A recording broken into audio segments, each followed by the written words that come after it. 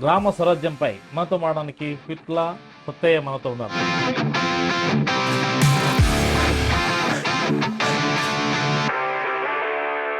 పరిపాలన అనేది మన ఇంట్లో పుట్టుకొచ్చింది కాదు, అది ఎందుకంటే ప్రజలు ఇచ్చిన తీర్పు. సరే, ఇప్పుడు మీ ఊరికి ఏం చేద్దామని సర్పంచ్ గారు? నేను ఇచ్చే మాటను ఆ భగవంతుని కృపతోటే ఇస్తున్నాను. 100% నిద్రపోను.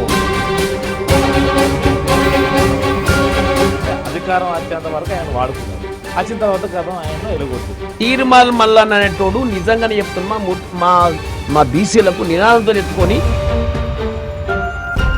కాంగ్రెస్ పార్టీ మీద ఎందుకు వ్యతిరేకించింది? ఓన్లీ బీసీ బిల్లు వాళ్ళనేనా లేకపోతే తీసుకోండి? రైతులకు కావాల్సినటువంటి యూరియా ప్రాబ్లం కావాలంటే ఉంటుంది సార్, అది సెంట్రల్ గవర్నమెంట్. సార్ నమస్కారం. నమస్కారం సార్. నమస్కారం. బాగున్నారా సార్? బాగున్నా సార్. కొద్దిగా హుషారున్నట్టున్నది. ఏ హుషారంటే సార్, మేము పుట్టుకతోటి కష్టపడి బతికిన కూడా హుషారు ఉంటుంది కదా సార్. మేము అన్ని కష్టాలు చేసిన వాళ్ళం అయితే సార్. రాజకీయంగా బాగా రాజకీయం పవర్ది ఉన్నా సార్ మా దగ్గర, కష్టం చేసేది పవర్ది ఉన్నా సార్ మా దగ్గర, అంతే. ఇప్పుడు ఈ సర్పంచ్ల ఫోరం అధ్యక్షుడు ఎట్లా కాగలిగారు? అవును సార్, ఎందుకంటే నేను గతం ముందు చేసేటువంటి అనుభవం లేదు సార్ నాకు. ఏమున్నది చేశారు మీరు? ఎందుకంటే ఎంపీటీ చేసిన కదా సార్. సర్పంచ్ చేయలేదు కదా? చేయలేదు సార్.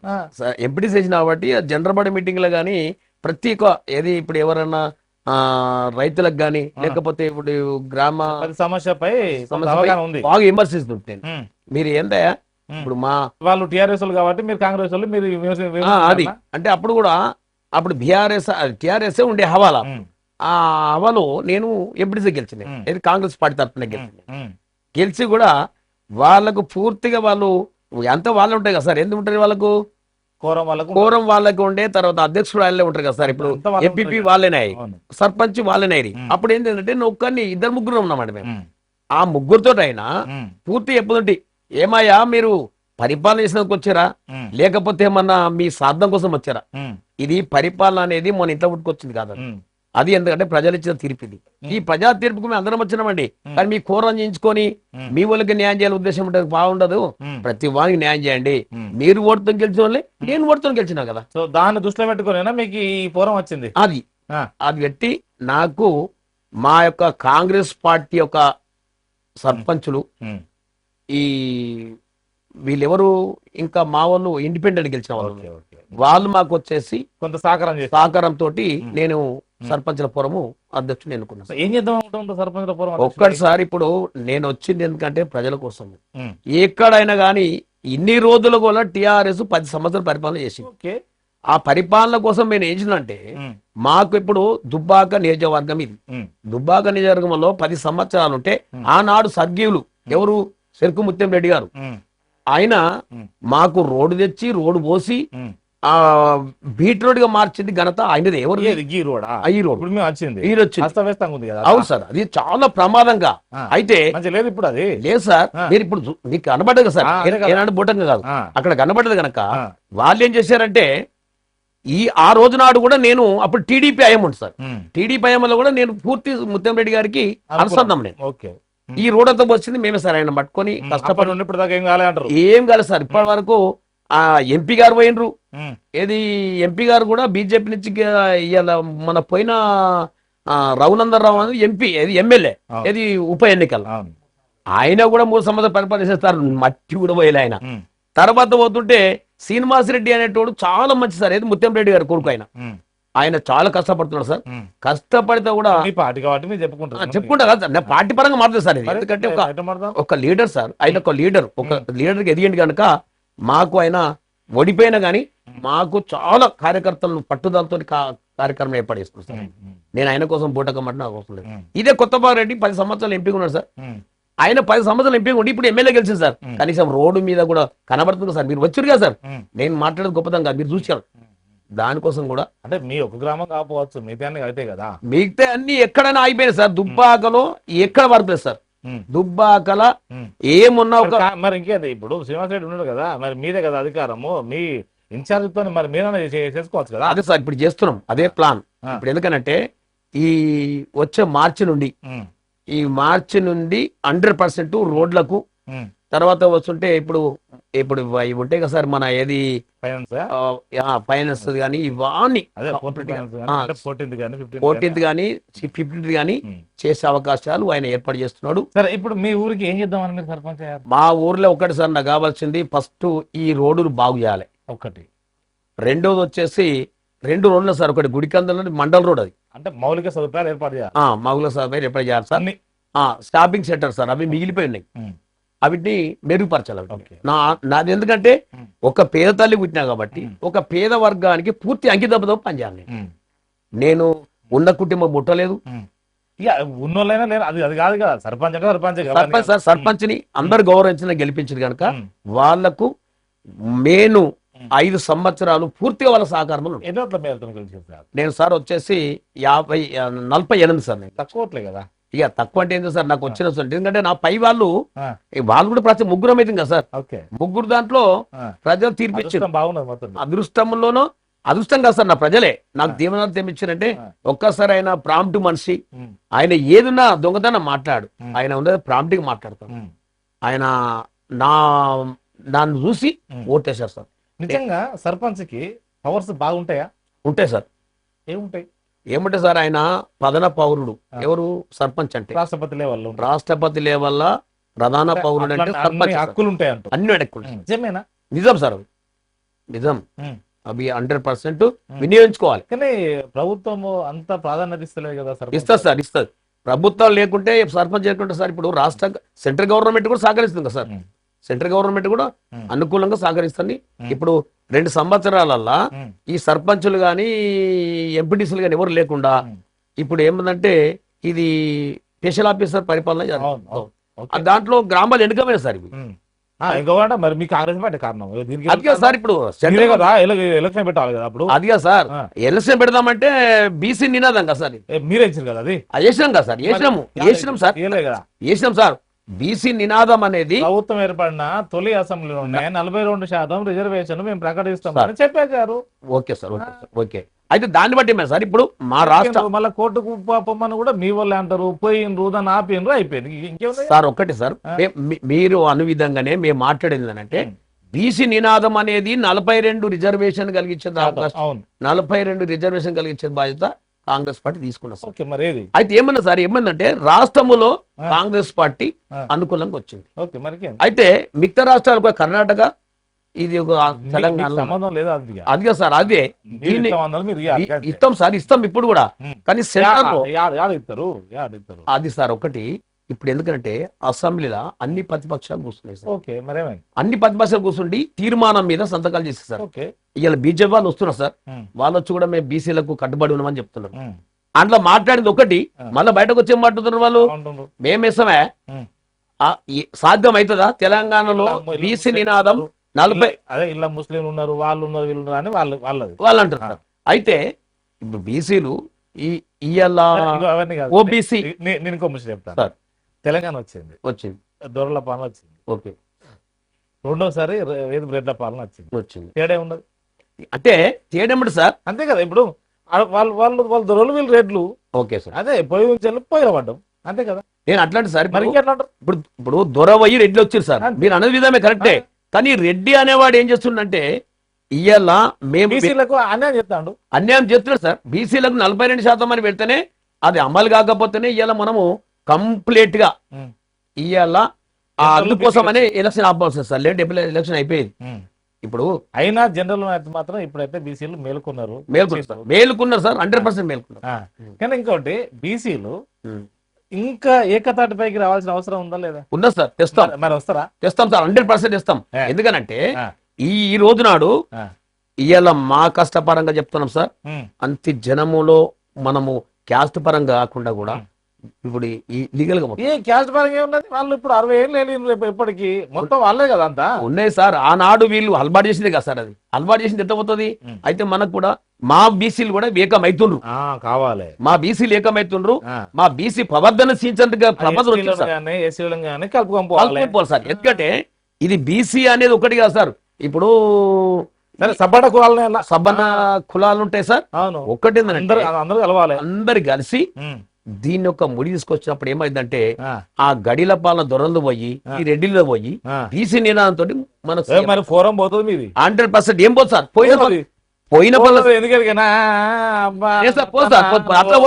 అదిగా సార్ ఫోరంలో ఎందుకు ఎన్నుకున్నాము ఏమో మా అందరి కొరకు ఎన్నుకున్నాం కానీ నువ్వు ఓన్లీ బీసీ అంటే మరి అయితే ఒక్కటి సార్ ఇన్నో దొరకలో కూడా వాళ్ళు ఏరుకున్న పరిపాలన ఇది వాళ్ళు ఏరుకున్న పరిపాలన మేము ఏలుబెట్టి క్షీణించలేదు ఎందుకంటే ఒకసారి మాకు వచ్చినప్పుడు వినియోగించుకున్నట్టు మాకు సహకరించారు అంతే కానీ ఒకటి రేపు పొద్దున్న నా బీసీ లేదు కూడా నా కోసమే ఎందుకు నా కోసం అని కాదు మన ప్రజల కోసం బీసీలందరి కొరకు బీసీలు కష్టపడుతున్నారు ఇలా బీసీలు ఏం చేస్తారంటే దీన్ని కుక్కల బలగం చేస్తున్నారు వీళ్ళంతా ఇది వాళ్ళు ఎందుకంటే అగ్రవర కులం కదా సార్ అది అంతే ఎందుకంటే బీసీలు ఇంకోటి ఇందులో తిరుమల లాంటి వాళ్ళు కూడా మీ పార్టీ అంటే అధికారం వచ్చేంత వరకు ఆయన వాడుకున్నారు వచ్చిన తర్వాత కదా ఆయన ఎలగొడుతుంది ఇది రెడ్లది కాదా ఇది ఒక్కసారి మీరు రెడ్లది కాదా ఇది ఒక్కటి సార్ మీరు మాట్లాడేది నేను ఆయనకు అనుకూలం కాదు ఇక్కడ ఓకే సార్ ప్రస్తావన తీసుకుంటున్నా మీరు అనుకూలం అన్నటువంటి విధంగా నేను మాట్లాడతలేను అది నాకు వచ్చిన విదేశం ఏంటంటే తీర్మాల్ మల్లన్న అనేటోడు నిజంగానే చెప్తున్నా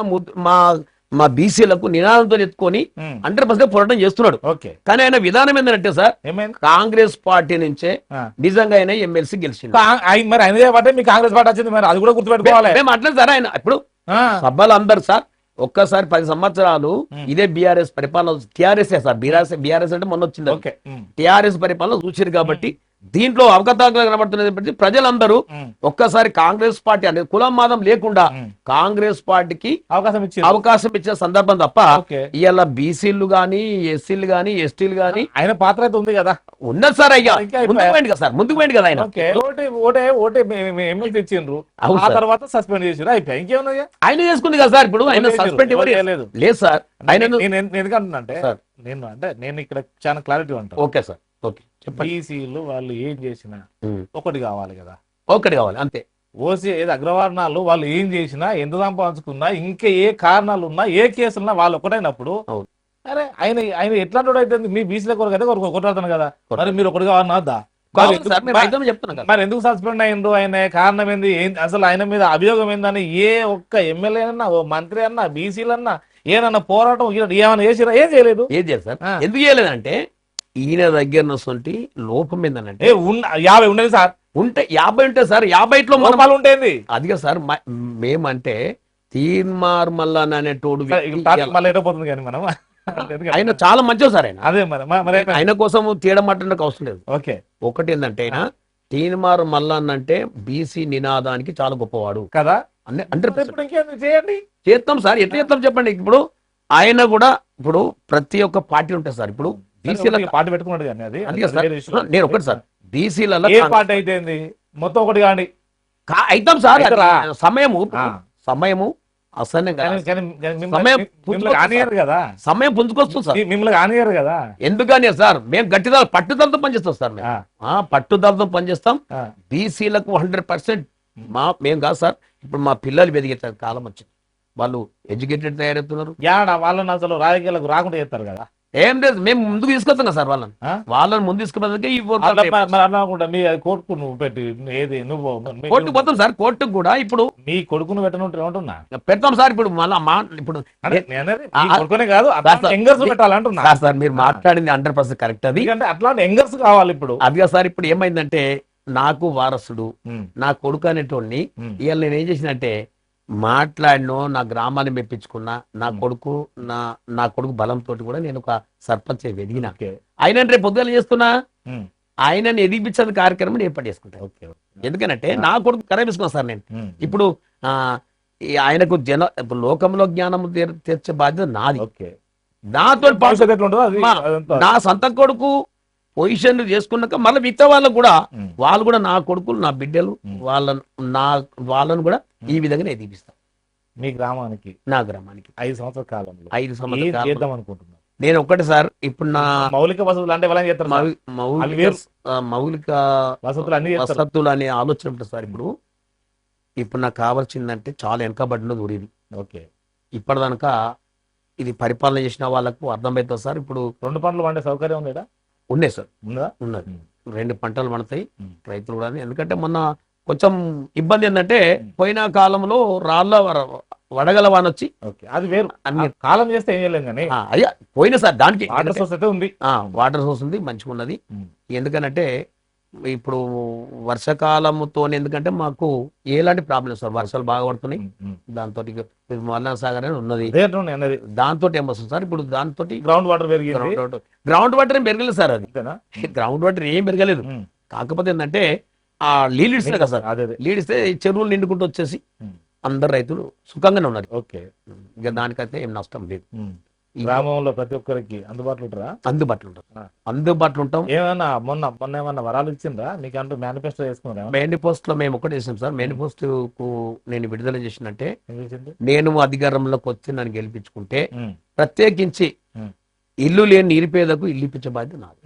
ఇందిరమ్మ ఇల్లు అనేది ఇప్పించే బాధ్యత ఆల్రెడీ ఇవరకు ఇచ్చే సార్. అవి నడుతూ నేనే ఇందిరమ్మ కమిటీ సభ్యుని నేనే. ఓకే, అప్పుడు కూడా నేను ఏ పార్టీ ముఖం చూడ సార్. గతం ముందు వాళ్ళన్నా ఇంకా ఏది ఇప్పుడు వీళ్ళు కదా సార్, ఏముంది టిఆర్ఎస్ వాళ్ళు ఆ డబుల్ బెడ్రూమ్ కట్టింది సార్. నిజంగానే చెప్తున్న దానికి స్లాబ్ పోసి పెట్టిన వాళ్ళు పాప కేసీఆర్ చేసేది సార్. మరి వీళ్ళు కట్టుకున్నారు, కేసీఆర్ ఇప్పుడు వచ్చి మాట్లాడుతున్నాడు. కానుగలను అయితే ఎలాంటి టిఆర్ఎస్ తరఫున న్యాయం జరగలేదు సార్. నిజంగా ఏం జరగలేదు సార్. తెలంగాణ ఉద్యమంలో తెలంగాణ ఉద్యమంలో ఇదే కానుగల గ్రామంలో మేము బియ్యం ఇప్పించినాం, మేము రాష్ట్ర రోకు చేసినాం, తర్వాత వంట మార్పు చేసినాం సార్. కాంగ్రెస్ పార్టీ ఉండగాని ఇది మన తెలంగాణ కావాలనే ఉద్దేశంతో చంద్రశేఖర్ ఒక్కరితో కాదు, లేకుంటే బీజేపీ ఒక్కరితో కాదు. ఆనాడు కూడా మేము సోనియా గాంధీ గారికి కూడా సబ్బండ వర్గంతో తెలంగాణను ఏర్పడేవలసి వచ్చింది. కానీ వచ్చినాక మాత్రం ఏ పార్టీ కాబట్టి ఉన్నాం. తెలంగాణ వచ్చినాక ఆ పార్టీ వచ్చినాక కూడా మేము ఆయనకి ఎలాంటి ఇప్పుడు మేము పార్టీని కించపరచలేదు, కాంగ్రెస్ పార్టీని అర్థం లేదు. తెలంగాణతో వచ్చింది. ఈ 2 సంవత్సరాలనే కాంగ్రెస్ పార్టీ మీద ఎందుకు వ్యతిరేకించింది? ఓన్లీ బీసీ బిల్లు వాళ్ళనేనా లేకపోతే ఇంకోట? అదిగా సార్, ఇప్పుడు ఏమైందంటే రైతులకు కావాల్సినటువంటి యూరియా ప్రాబ్లం కావాలంటే వెళ్తుంది సార్. అది సెంట్రల్ గవర్నమెంట్ ఇచ్చేది. సెంట్రల్ గవర్నమెంట్ ప్రాబ్లం తీసుకొచ్చి రాష్ట్రం మంది ఎత్తేట్టు సార్. అయితే ఆ దాంట్లో పోయేసి మరి ఇప్పుడు ఆ 10 సంవత్సరాల్లో అసలు సెంట్రల్ గవర్నమెంట్ ఎందుకు ప్రాబ్లం కాలేదని వాళ్ళు అంటారా? అంటారు సార్. ఇప్పుడు ఎందుకంటే గతం సార్, ఇప్పుడు ఈ నెల మాట్లాడి ఒక రకం ఉంటుంది సార్, మళ్ళీ వచ్చే నెల మాట్లాడి ఒక రకం ఉంటుంది. అంటే సంవత్సరానికి తేడా ఉంటుంది. సంవత్సరం తేడా ఉన్నప్పుడు ఏమైందంటే పరిపాలన ఉన్నటువంటి అధికారులు కావచ్చు, లేకపోతే వ్యవసాయ శాఖ మంత్రి కావచ్చు, అంచనా వేయలేకపోతుందా మనకి ఇంత ఊరే కావాలి, ఇంత కావాలని ఇవన్నీ. ఓకే సార్, ఇప్పుడు ఆ విధంగానే ఇప్పుడు ఏం చేస్తున్నాం, రైతులకు అందరికి ఇక్కడనే కార్డు ఇచ్చేస్తాం. ఏం కార్డు ఏం పని చేస్తుంది సార్? అది ఎందుకు సార్, ఇప్పుడు ఆ పొయ్యి లైన్ కట్టి ఈ దొంగల దారిన యూరియా సప్లై అవుతుంది, ఏటు పోతుంది. అది సార్ ఇప్పుడు లేదు ఎక్కడ పోతుంది సార్ యూరియా అనేది. ఇప్పుడు ఒక దొంగ దారిన ఎట్లా పోతుంది? ఉత్పత్తి ఉన్న తర్వాత ఎవరేం చేసుకుంటారు అనుకునే. అవును సార్, ఇప్పుడే ఉన్నది మనది. ఇప్పుడు యూరియా ప్రాజెక్ట్ అనేది మన దగ్గర ఉన్నది. ఎక్కడ ఉన్నది? కరీంనగర్ డిస్టిక్ లో. అక్కడ దాన్ని మొత్తం బంద్ చేసింది ఎవరు? సెంట్రల్ గవర్నమెంట్ బంద్ చేసింది. ఇవాళ మన రాష్ట్రం తెలంగాణ రాష్ట్రంలో యూరియన్ అయితే అది మనకు వస్తే ఇంకా బాగుపడతాం కదా సార్. ఆనాడు ఇదే ఇప్పుడు ప్రజలు చూస్తున్నారు. ఇవాళ ఒక కాంగ్రెస్ పార్టీ మీద బదనం వేయడం కాదు, ఇలా ప్రజలు తెలివికల్లోను. రామగుండం సార్, రామగుండంది ఆల్రెడీ మూతపడి ఉంది సార్. ఓపెన్ చేస్తే ఏమైంది సార్, దాన్ని కంప్లీట్ గా ప్రజలకు ఉపయోగపడుతుంది. అది లేకుండా కూడా మళ్ళీ వచ్చేసి ఏం చేస్తున్నారు వీళ్ళు, అది కాదు బై, ఇది సెంట్రల్ గవర్నమెంట్ ఏం చేస్తా రాష్ట్రంగం చేరేసుకుంటే నీ బొమ్మనే పెడితివి. నరేంద్ర ఇప్పుడు ప్రధానమంత్రి ఇప్పుడు యూరియా పక్క పెడదాం, మరి ఇంకోటి తులం బంగారం అంటారు సార్. ఒకటి తులం బంగారం అనే నినాదం అది కరెక్టే, అది ఇచ్చుడు మాత్రం తప్పదు. ఎందుకనంటే తప్ప సార్, తప్పది. ఇప్పుడే ఇస్తాం సార్. ఒక్కసారి మేము 6 గ్యారెంటీల్లో సార్ ఒక్కసారి అయితే సార్ 6 గ్యారెంటీలో మేము పెట్టింది ఏంటంటే ఇప్పుడు రుణమాఫీ సార్. ఫస్ట్ రుణమాఫీ అయింది సార్. ఏం సార్ 2 లక్షలు ఉంది సార్. 2 లక్షల పెద్ద కాదు సార్. 2 లక్షలది 100% అది వాళ్ళ ఆధార్ కార్డు అందరికి సార్. అది లేని వాళ్ళ కోసమే 2 లక్షల లోపు ఉన్న వాళ్ళకి 2 లక్షల వరకే రుణమాఫీ. ఇంకా రైతు బంధు కూడా పడుతు సార్. ఇప్పుడు ఇవాళ 9 తారీఖు సార్, రేపు నుంచి కాదు నీకు 10, 11, 12 తారీఖు నాడు రైతు బంధు పడుతున్నాయి. సంక్రాంతి కానుక ఇస్తున్నాం సార్, ఇస్తున్నాం ఆల్రెడీ రైతు బంధు. ఒక్కటి సార్, ఆయన చంద్రశేఖర్ రావు పెట్టేటువంటి ఆ స్కీమ్ ఏంటంటే కేవలం ఏది పెట్టిండు, 5,000 పెట్టిండు. ఆయన అయితే గవర్నమెంట్ మార్పు కోసం 16 అని చెప్పారు, 15, 15 అని ఎక్కడ సార్ మేము 16, కాదు సార్, ఎంత? మేము ఎకరాకు 14 లక్షలు చెప్పాం సార్ సంవత్సరానికి. సరే ఇవన్నీ పోనీ కానీ ఇట్లా ఎవరు పడితే వాళ్ళు ఏ పార్టీ అయినా కానీ ఈ వేలం వేసుకుంటే ఓడేనా, నేను 1 ఇస్తా అంటే నేను 2 ఇస్తా, నేను 2 ఇస్తా అంటే నువ్వు 4 ఇస్తా. ఇక మరి పేదోడు బతికేది ఎప్పుడు, పేదోడు అధికారంలోకి వచ్చేది ఎప్పుడు, పేదోడు రైతు స్థాయికి ఏం చేసేది. అయితే ఇంకోటి సార్, మీరు కరెక్ట్ మాట్లాడేది. అయితే దీనికి వచ్చేసి ఏంటంటే అలవాటేసింది ఎవరు? అగ్రవర్ణాలు. ఇంకెవరు అగ్రవర్ణ కులం అంటే ఇప్పుడు కేసీఆర్ పరిపాలననే కేసీఆర్ కాదు, అదిగా సార్ నిజంగా చెప్తున్నాను. కేసీఆర్ పరిపాలననే ఈ ప్రజలు డబ్బుకు బానిసమయ్యారు. ఏది ఓటు పారొచ్చి 1000 రూపాయలు ఇచ్చి అక్కడ 1500 ఇవ్వాలి, 15 ఇచ్చి అక్కడ ఇవ్వకపోతే 2000 ఇవ్వాలి. అది పరిపాలన ఏమో. ఇప్పుడు మీరు సార్ ఇప్పుడు వచ్చారు సరే, ఇప్పుడు నేను మాట్లాడేది గొప్పదం కదా సార్. ఇప్పుడు మా రోడ్ పట్టుకు వచ్చారు, అది పైసలతో గెలిచిన రోడా, పైసలు లేని గెలిపాలి. పైసలతో గెలిచిన రోడ్ కట్టుకుంటుంది సార్, పైసలు లేకుండా గెలిస్తే చూస్తాం. మరి ఇప్పుడు 4 సంవత్సరాల తర్వాత చేస్తా. ఓకే సార్, అప్పుడు రోడ్ 100% సార్. ఇప్పుడు మాట చూద్దాం సార్ ఒకటి చెప్తున్నా, నేను ఇచ్చే మాటను ఆ భగవంతుని కృపతోటే ఇస్తున్నా. నేను 100% నిద్రపోను, నా రోడ్డు బాగు కావాలి, నా ప్రజల మధ్య బతకాలి. ఎక్కడ సార్ మన ఇప్పుడు నేను ప్రమాణ స్వీకారం చేసి అంతా కొడితే ఇంకా నెల కాలేదు, నెల లోపల అవుతుంది సార్. అయితే దానికే చేస్తున్నట్టు నేను కేవలంగా నా ప్రజలు నన్ను గెలిపించిన సందర్భంలో 5 సంవత్సరాలు వాళ్లకు నేను పూర్తి అందుబాటులో ఉండి సేవాకారం ఉంటా సార్. నాకు వాళ్ళకి ఆపద వస్తే వాళ్ళ ఇంటికాడ ఉంటా, వాళ్ళకి సంపద వస్తే వాళ్ళు చేసుకుంటారు సార్, సంతోషం. అది ఏం సార్, పిలిస్తే పోతాం, లేకపోతే దానికి ఏముంటుంది సార్, దానికి ఏముంటది కదా సార్, పిలిస్తే పోయి భోజనం చేస్తాం, లేకపోతే అప్పుడే. నాకు చేసిందంటే ఆపద వచ్చింది సార్, ఆ ప్రమాద శత్రు కంప్లీట్ గా వాళ్ళ ఇంటికి ఉండాలి, వాళ్ళకి ధైర్యం చెప్పాలి, వాళ్ళ పాపం ఇంకో మనిషికి ఆపద రాని అసలు ప్రవర్తన వదా అని నాకు మొదలు సార్. ఇప్పుడు నాకు చెప్పండి, అదే సార్, అదే ఇస్తున్నాను, ఆ దారిని పోతా నేను. నాకున్న వ్యవసాయం కూడా ఇది ఎప్పటికి రికార్డ్ అయిపోయింది ఉంటది కూడా. ఓకే సార్, రికార్డ్ కాదు సార్, మనం మాట్లాడుకునేది ఉంటది సార్. నేను రికార్డ్ అవడానికే మాట్లాడుతున్నది, నేను తప్పు చేయడానికి మాట్లాడలేదు. ఎందుకంటే ప్రజలు దోసుకున్న వాడిని కాదు, ప్రజలు నాకు ఎందుకంటే దోసుకున్న విడిచిపెట్టిర్రు, మంచోని గెలిపిస్తారు. ఆ నీతి నాకు కావాలి కాబట్టి ఆ నీతిని ప్రజల మీద కాపాడుతాను. అది ఎందుకంటే వ్యవసాయం సార్, నాకు వ్యవసాయం నా కొడుకు చేసుకుంటాడు. ఓకే, ఆయనకు అప్పచెప్పింది అది వేరు కానీ సార్. ఇప్పుడు నేను ఏదో వ్యవసాయం ఇప్పుడు మీరైతే ఫోరం అధ్యక్షులు కదా. అవును సార్. ఇక్కడ ఏ పార్టీ సరే, అది ఏ పార్టీ కానీ బీసీలను ఒక నియోజకవర్గ స్థాయిలో తీసుకురావడానికి మీ ప్రయత్నం ఉంటుందా? మళ్ళీ అదే చర్చ సెంటిమెంట్ పోతారా? లేదు సార్, 100% నా బీసీలకు అంకిత బోధన పనిచేస్తాను. మరి ఈ మాట వింటాడు ఈయన సార్, ఇంటేమైంది, నేను భయపడుతున్నా అదే చెప్తున్నా ఈయన సార్. అయినా ఒక్కటి సార్, ఆయన ఇంటేందంటే ఇప్పుడు ఒక పార్టీ పరంగా ప్రచారం చేసింది ఆయన. నేను కూడా పార్టీ కాంగ్రెస్ కార్యకర్తను కదా సార్. అంటే దీంట్లో ఇప్పుడు సముద్రం ఉంది సార్. బీసీల కొరక ఏది ఏ పార్టీ లేదంటారా? బీసీల కోసం ఏ పార్టీ కదా సార్, అన్ని పార్టీలు మొరయి. అన్ని పార్టీలు సార్, బీసీ అనే నినాదము వచ్చిందంటే అన్ని పార్టీలు సహకరించవలసిందే. బీసీలు రాజ్యం అందులో 100% ముందుండి నడిపిస్తా సార్, ముందుండండి. సో మీరు చూసారు కదా, మాక్సిమం సార్ ద్వారా మీకైతే కొన్ని అంశాలు అంటే పూర్తి స్థాయిలో మీకైతే చేరవేశాము సార్. నమస్కారం సార్. నమస్కారం సార్. మాకు ఇచ్చేటువంటి అవకాశం చాలా సంతోషం. మేము తప్పకుండా ప్రజల పక్షాన నుండి న్యాయపరంగా నడుపుతాం సార్. నమస్కారం సార్. Okay sir.